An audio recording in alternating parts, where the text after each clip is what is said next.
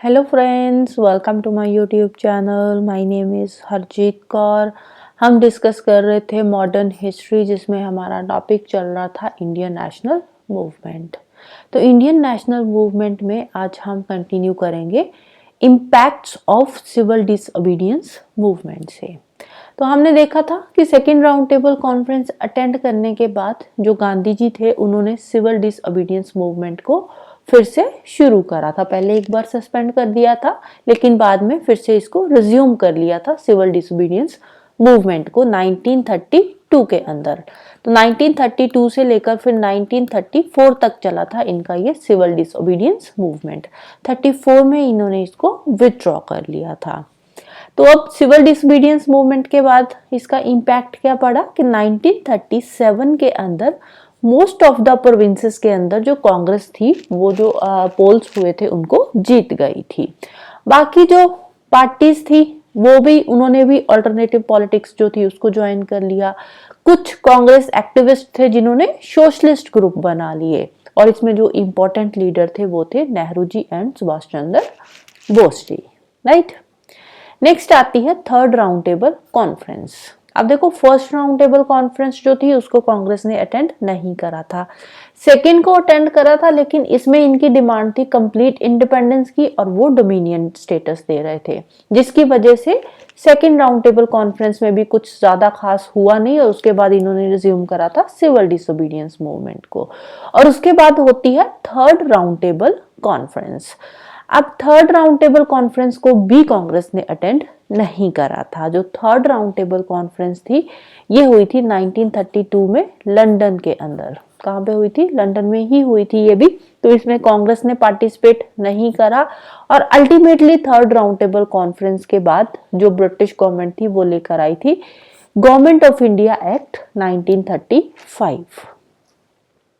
अब government of India act 1935 में क्या था? जो भी थर्ड राउंड टेबल कॉन्फ्रेंस हुई थी उससे पहले जो साइमन कमीशन की रिपोर्ट आई थी, इन दोनों पे जो भी डिस्कशंस हुई उसके बेसिस पे इन्होंने पास करा था गवर्नमेंट ऑफ इंडिया एक्ट 1935 का। अब ये जो गवर्नमेंट ऑफ इंडिया एक्ट 1935 का था, इसमें इन्होंने क्या दिया इंडिया वालों को? इन्होंने बोला कि ऑल इंडिया फेडरेशन बनाई जाएगी, ऑल इंडिया फेडरेशन बनाएंगे, जिसमें प्रोविंसेस के लिए भी एक नया गवर्नमेंट का सिस्टम होगा, जिसमें गवर्नमेंट के पास प्रोविंशियल ऑटोनॉमी होगी। ऑल इंडिया फेडरेशन बनाएंगे विद प्रोविंशियल ऑटोनॉमी।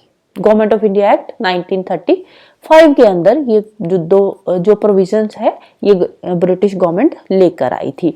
और इसके साथ ही सॉरी, इससे पहले जो गवर्नमेंट ऑफ इंडिया एक्ट 1858 आया था, ये 35 का है ना, इससे पहले जो 1858 का एक्ट आया था उसमें ये लेकर आए थे काउंसिल ऑफ इंडिया। तो यहाँ पे ये काउंसिल ऑफ इंडिया जो थी इसको इन्होंने अबॉलिश कर दिया, खत्म कर दिया, और एस्टैब्लिश क्या करा था? All India federation with provincial autonomy, right. इसके साथ साथ फेडरल कोर्ट एक दी जाएगी इंडिया को, एक फेडरल बैंक इंडिया के अंदर एस्टैब्लिश करी जाएगी। अब ये जो एक्ट लेकर आए थे, एक्ट के अंदर इंडिया के लिए जो प्रोविजंस लेकर आए थे ये ब्रिटिश वाले, तो इसको गवर्नमेंट जो कांग्रेस थी, कांग्रेस ने इसको रिजेक्ट कर दिया। कंप्लीटली कांग्रेस ने इसको रिजेक्ट कर दिया था, लेकिन जो मुस्लिम लीग थी उसने इसको एक्सेप्ट करा था। अब कांग्रेस ने इसको रिजेक्ट क्यों करा था? क्योंकि कांग्रेस का मानना था कि जो हमारा कॉन्स्टिट्यूशन बनेगा, इंडिपेंडेंट इंडिया के लिए जो हमारा कॉन्स्टिट्यूशन तैयार होगा, उसके लिए प्रॉपर एक कॉन्स्टिट्यूशनल असेंबली बनाई जाएगी on the basis of adult franchise, जिसमें कि इंडिया के लोग पार्टिसिपेट करेंगे, वोटिंग होएगी, और उस वोटिंग के बाद जो कॉन्स्टिट्यूशनल असेंबली बनेगी वो कॉन्स्टिट्यूशनल असेंबली इंडिपेंडेंट इंडिया के लिए कॉन्स्टिट्यूशन तैयार करेगी। इसीलिए जो कांग्रेस थी उसने गवर्नमेंट ऑफ इंडिया एक्ट 1935 को रिजेक्ट कर दिया था। फिर उसके बाद शुरू होती है second world war. Second world war कब शुरू हुई थी? ये शुरू हुई थी 1939 के अंदर सेकेंड वर्ल्ड वॉर की शुरुआत होती है। और जैसे ही सेकेंड वर्ल्ड वॉर की शुरुआत होती है तो जो लॉर्ड लिथगो थे, इन्होंने इंडियंस की परमिशन के बिना ही, सेंट्रल लेजिस्लेचर की परमिशन के बिना ही डिक्लेयर कर दिया कि इस वॉर में जो इंडिया है वो हमारा साथ देगा, हमारी सपोर्ट करेगा। जो इंडिया है वो ब्रिटिशर्स के साथ है, without the permission of central legislature. किसी की परमिशन नहीं ली, कांग्रेस की कोई परमिशन नहीं ली, सेंट्रल लेजिस्लेचर की परमिशन नहीं ली, इंडिया वालों से बिना पूछे ही इन्होंने ये डिक्लेयर कर दिया कि इंडिया जो है वॉर में ब्रिटिशर्स के साथ है, जिसकी वजह से 1939 के अंदर जो कांग्रेस मिनिस्ट्रीज थी उन्होंने रिजाइन कर दिया था। राइट। अब कांग्रेस की कुछ डिमांड्स थी कि ठीक है, अगर आप हमारा सपोर्ट चाहते हो कि हम सेकेंड वर्ल्ड वॉर में आपका सपोर्ट करें तो उसके लिए हमारी कुछ डिमांड्स है, क्योंकि उनको लग रहा था कि अब इनको हमारी सपोर्ट की जरूरत है, तो मे भी हमारी डिमांड्स भी मान ले। तो इसीलिए कांग्रेस ने डिमांड्स क्या रखी थी कि वॉर के बाद इंडिया को कंप्लीट इंडिपेंडेंस दी जाएगी, इसीलिए अगर आप कंप्लीट इंडिपेंडेंस हमें देने के लिए तैयार हो तो हम वॉर में आपको सपोर्ट करने के लिए भी तैयार हैं। लेकिन अब यहाँ पे क्या है, तो यहाँ पे वाइसरॉय बोल रहा है कि हम वॉर के बाद ये डिसाइड करेंगे कि कंप्लीट इंडिपेंडेंस देनी है या नहीं देनी है, तब तक हम कोई भी प्रॉमिस नहीं कर सकते इंडिपेंडेंस को लेकर, जिसकी वजह से बाद में जो कांग्रेस मिनिस्ट्रीज थी उन्होंने रिजाइन कर दिया था। राइट। और 22 ऑफ दिसंबर 1939 को डिक्लेयर करा डिलीवरेंस डे, मुस्लिम लीग ने ऑब्जर्व करा था डिलीवरेंस डे 22 ऑफ दिसंबर 1939 को। राइट। अब उसके बाद भी कंटिन्यूसली यही इनका स्ट्रगल चलता रहा कि अगर आप हमारी डिमांड्स मान रहे हो तो हम आपकी सपोर्ट करेंगे, अदरवाइज हम सपोर्ट नहीं करेंगे। लेकिन यहाँ पे फिर से इनकी जो कंडीशंस थी वो तो ब्रिटिशर्स मान नहीं रहे थे। अब इनकी जो कंडीशन थी कि हम एक कॉन्स्टिट्यूशनल प्रॉपर एक कॉन्स्टिट्यूशनल असेंबली बनाएंगे और वही असेंबली फिर आगे डिसाइड करेगी, इंडिया के लिए एक रिस्पॉन्सिबल गवर्नमेंट बनाएगी, तो उसको भी एक्सेप्ट करने से इन्होंने मना कर दिया था। लेकिन अब ब्रिटिश गवर्नमेंट ये भी चाहती थी कि जो इंडिया है वो वॉर में उनका सपोर्ट करे। राइट। तो इसी कॉपरेशन के लिए कि वॉर में इंडिया उनका सपोर्ट करे, इसी कॉपरेशन के लिए पहले आया था अगस्त ऑफर, अगस्त ऑफर के बाद आया था क्रिप्स मिशन। राइट। तो पहले आया था अगस्त ऑफर लेकर आए थे ये इंडियन के लिए, अगस्त ऑफर के बाद आया था Cripps mission. Right.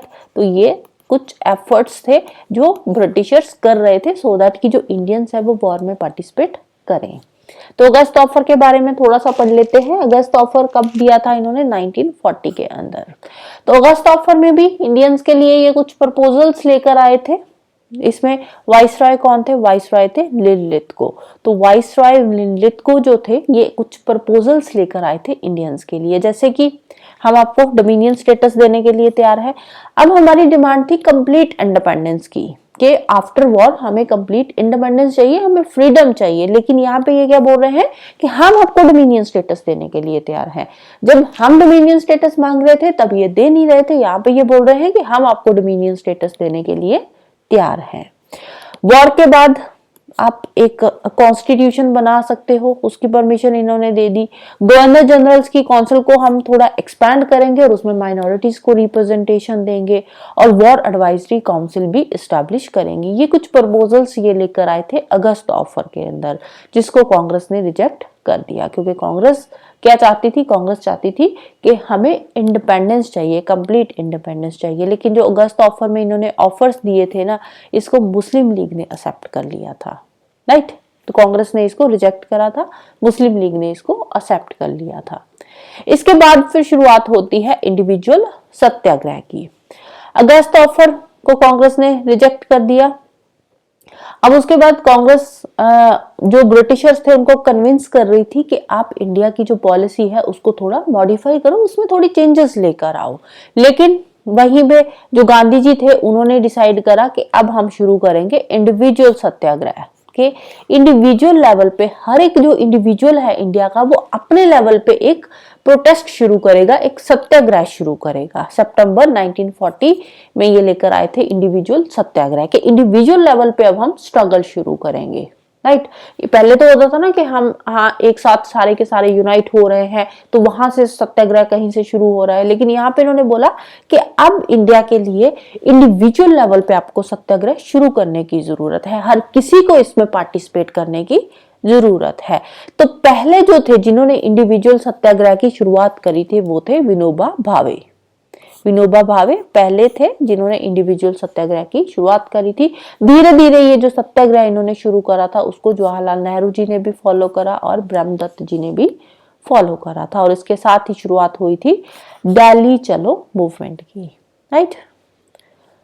So that's all for today. Hope you like this video. Thank you. Bye bye and have a nice day.